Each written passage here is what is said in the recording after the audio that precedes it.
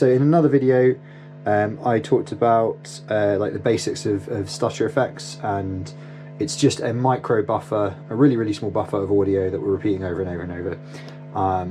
And you know, most interesting guitar effects these days are delays of some kind, right? I mean, flanges, choruses, all these sort of things are based on delay buffers, so stands to reason that we could do more cool stuff with them. What we're going to talk about here is phrasing using these kind of micro stutters, and I'll show an example in the track in a minute, but the long and short of it is really simple.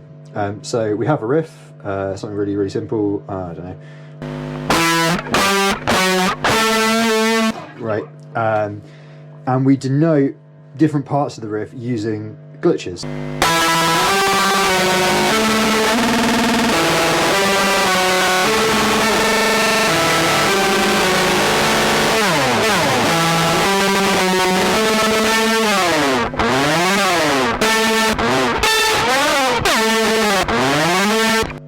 So you can see like quite quickly how even on a really simple riff like that, it makes it a lot more interesting to listen to.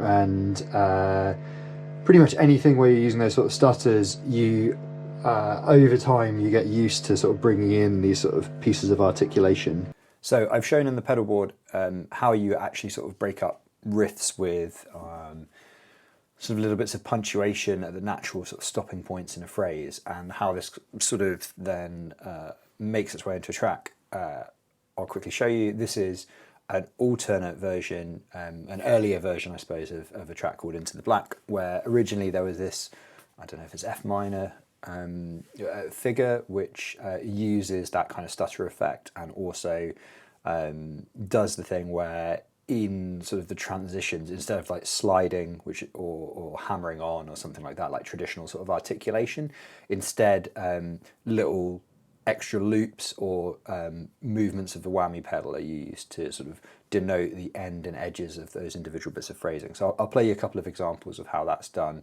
It's not particularly subtle, obviously it's not, and you know, the bands that use the tricks like this, like Adebisi Shank, generally are not particularly subtle either. It's very much like a kind of party time effect, is the way I describe it. It's quite upbeat, quite energetic, and that's why ultimately it didn't make the cut in this track, because the tone needed to be more down tempo. And you'll see what I mean. So we've got this verse guitar part here, which will solo.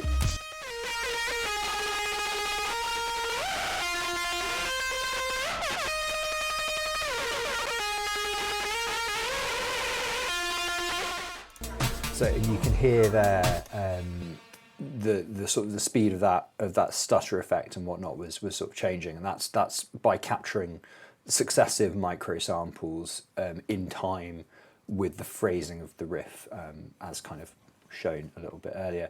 And then, you know, the alternative to that is using things like whammy pedal, which you can hear a little bit later, hopefully.